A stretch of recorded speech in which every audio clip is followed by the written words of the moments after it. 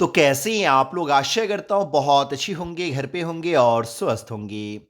तो आज की इस वीडियो में मैं क्लास 12th इंग्लिश 100 मार्क्स के वीवीआई समरी को बताने वाला हूँ, जो एग्ज़ाम के लिए बहुत ही इम्पॉर्टेंट है। इससे पहले एक और वीडियो अपलोड हो चुका है जिसमें मैं दो इम्पॉर्टेंट समरी को बताया था, और उस वीडियो में मैं आप लोग को बताया था कि एक और वीडियो अपलोड होगा जिसमें मैं दो और इम्पॉर्टेंट समरी को बताऊंगा।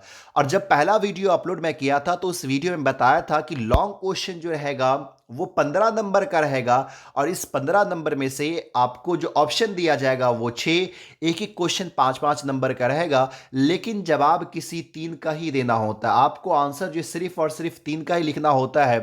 तो उसमें बताया था कि आपको एक समरी सॉल्व करना है, तो 5 नंबर का ये हो जाएगा, और उसके बाद में आप लोग को बताया था कि दो मैच दी फॉलोइंग सॉल्व करना है, तो ये 10 नंबर का हो जाएगा। तो उस वीडियो में बहुत सारे स्टूडेंट सवाल कर रहे थे कि सर समरी तो दो लिखना है ना, क्योंकि मैच दी फॉलोइंग एक ही पूछा जाता है। लेकिन बात याद रखिएगा, एक नहीं पूछा जाता, एक पहले पूछा जाता था 2020 तक, लेकिन 2021 में आपको दो पूछा जाएगा। जो मॉडल पेपर जारी किया है उसमें दो कर दिया है, एक प्रोज से रहेगा और एक पोएट्री से रहेगा। तो आपको तो समरी हो या कोई अदर क्वेश्चन हो तो सॉल्व करना ही नहीं है, बल्कि दो मैच दी फॉलोइंग और एक समरी सॉल्व करना है। तो एक समरी सॉल्व करना है, दो मैं पहले बता चुका हूं इंपॉर्टेंट समरी कौन है, और दो आज मैं बताने वाला हूं।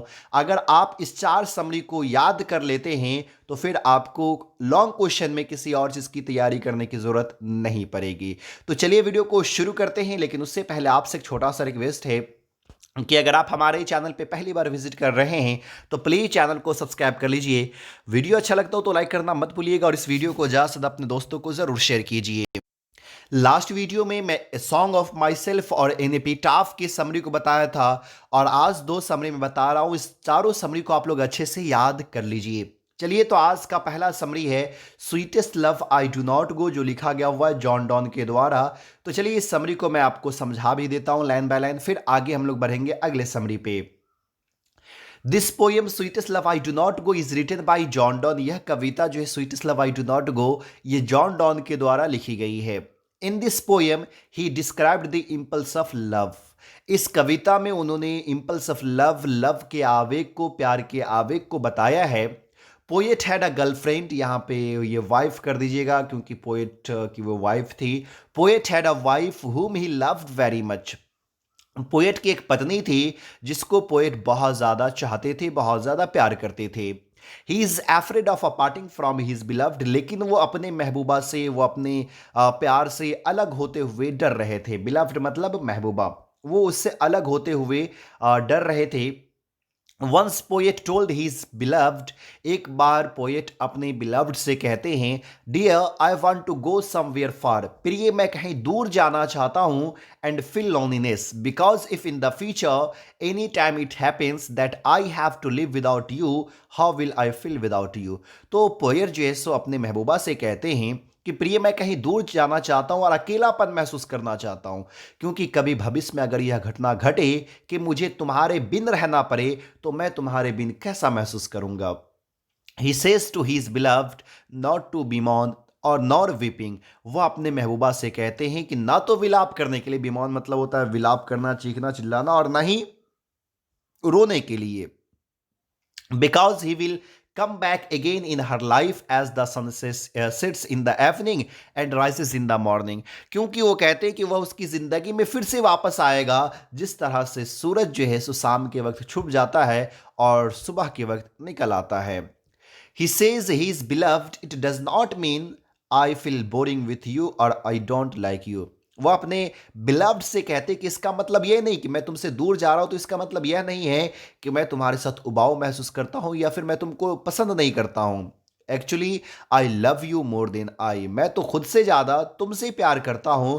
So in my absence please don't weep, इसलिए मेरे गैर हाजिरी में, यानी कि मैं जब यहाँ नहीं रहूँ, जब मैं जर्मनी चला जाऊँ, जर्मनी जाने के लिए ये सोचता है, जब मैं जर्मनी चला जाऊँ तो तुम मेरे गैर हाजिरी में प्लीज डोंट विप, रोना मत, because if you whip and your tears come out you feel that is my blood coming out. अगर तुम रोते हो और तुम्हारे आंखों से आंसू बाहर आते हैं, समझ जाना कि वो मेरे ब्लड जो है वो बाहर आ रहे हैं।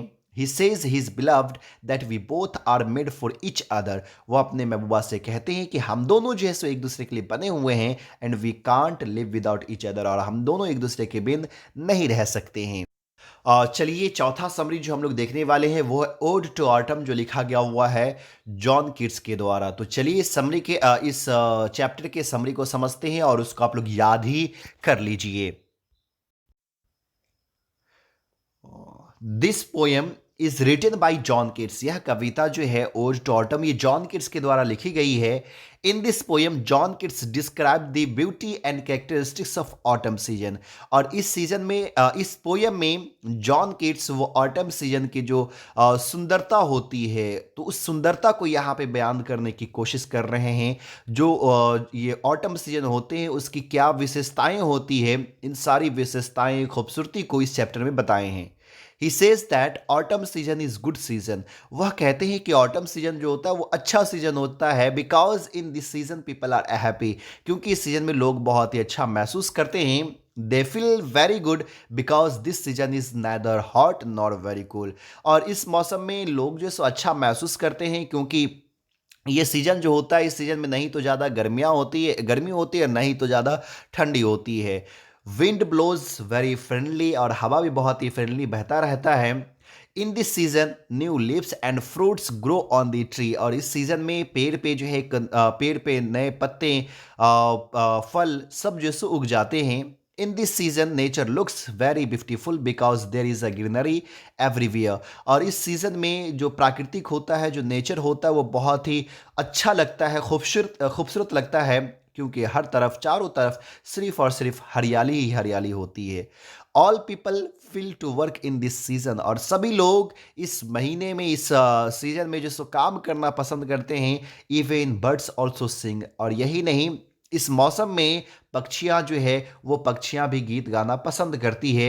The sun rays of this season make the fruit fleshy fat and tasty. और इस सीजन के जो सूरज की जो किरणें होती है, वो जो है एक फ्रूट को फ्लेशी गुद्देदार बना देता है, मोटा बना देता है, टेस्टी बना देता है। In this season nature remains calm and cool. और इस सीजन में जो नेचर होता है, प्राकृतिक होता है, वो हमेशा क्या रहता है, काल्म एंड कूल, ठंडा रहता है, शांत रहता है। तो ये चार समरी है इंग्लिश में, बस आप ये चार समरी याद कर लीजिए। इस चार में से आपको एक हर हाल में जो सो बोर्ड एग्जाम में क्वेश्चन पूछा जाएगा। उम्मीद करता हूँ ये वीडियो आपको अच्छा लगा होगा। अगर अच्छा लगा है तो प्लीज़ लाइक कीजिए, ज़्यादा से ज़्यादा शेयर कीजिए, और हमारे चैनल पे अगर पहली बार विजिट कर रहे हैं तो प्लीज़ चैनल को सब्सक्राइब कीजिए। और अगले वीडियो में अब हम लोग हिंदी पे देखेंगे, हिंदी के इंपॉर्टेंट ऑब्जेक्टिव को देखेंगे, और साथ में जैसे शॉर्ट क्वेश्चन और समरी को भी देखेंगे। तो वीडियो अगर आपको अच्छा लगा तो प्लीज़ लाइक कीजिए। फिर मिलते हैं हम लोग अगले वीडियो में, तब तक के लिए बाय।